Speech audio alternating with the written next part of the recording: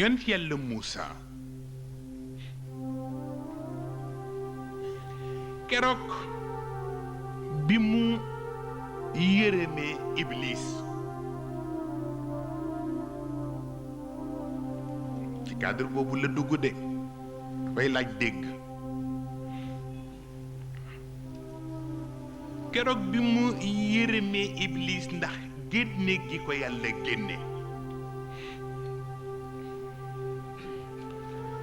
ba mu ni dafay dem ci boroomam pour tinul ko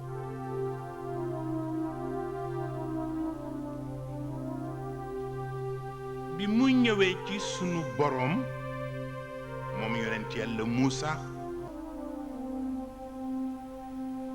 def ni yàlla xajoo nga lu ne yàlla ni ko xajoo lu ne du tax ku yiw bàyyi ku yiwadi mu tas këram. C'est tellement important yàlla xajoo nga lu ne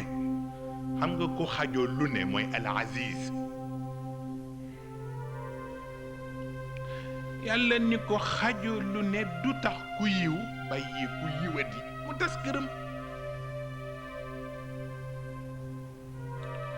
ni ko te bu ma pardonné Iblis ci loolu dama dul xam ndax foofu lay yem walla dina jàll foofu